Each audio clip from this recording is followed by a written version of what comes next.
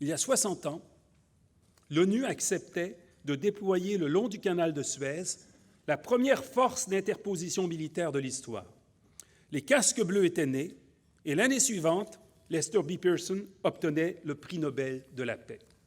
Cette innovation a eu des conséquences extraordinaires pour le monde.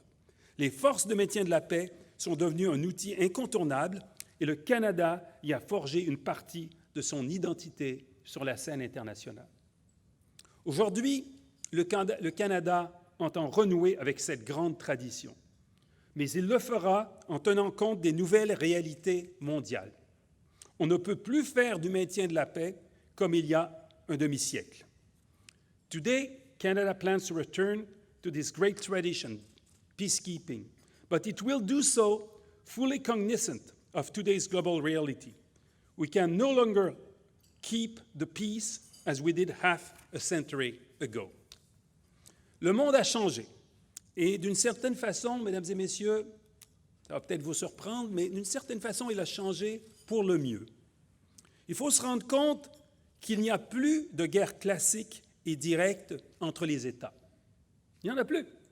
Bien sûr, rien n'est irréversible et la vigilance s'impose. On peut régresser. Mais il reste que l'absence actuelle de guerre directe entre États est en soi une amélioration extraordinaire du sort de l'humanité. Et on la doit à tous les efforts militaires et diplomatiques qui ont été déployés pour la paix. Alors que les guerres entre les États, comme la crise de Suez en 1956, ont pratiquement disparu, les conflits qui subsistent dans le monde sont de nature asymétrique. Il ne s'agit plus d'États engagés dans des luttes armées les uns contre les autres directement, mais plutôt d'un État opposé à un ou des groupes d'insurgés ou de résistants, ou parfois à un ou des réseaux terroristes ou criminels. Comme les conflits ont changé de nature, les missions de paix ont évolué elles aussi. Elles ne sont plus invitées à s'interposer entre des États qui les accueillent, comme la façon de mettre fin à leurs conflits, en attendant qu'une confiance s'établisse entre eux.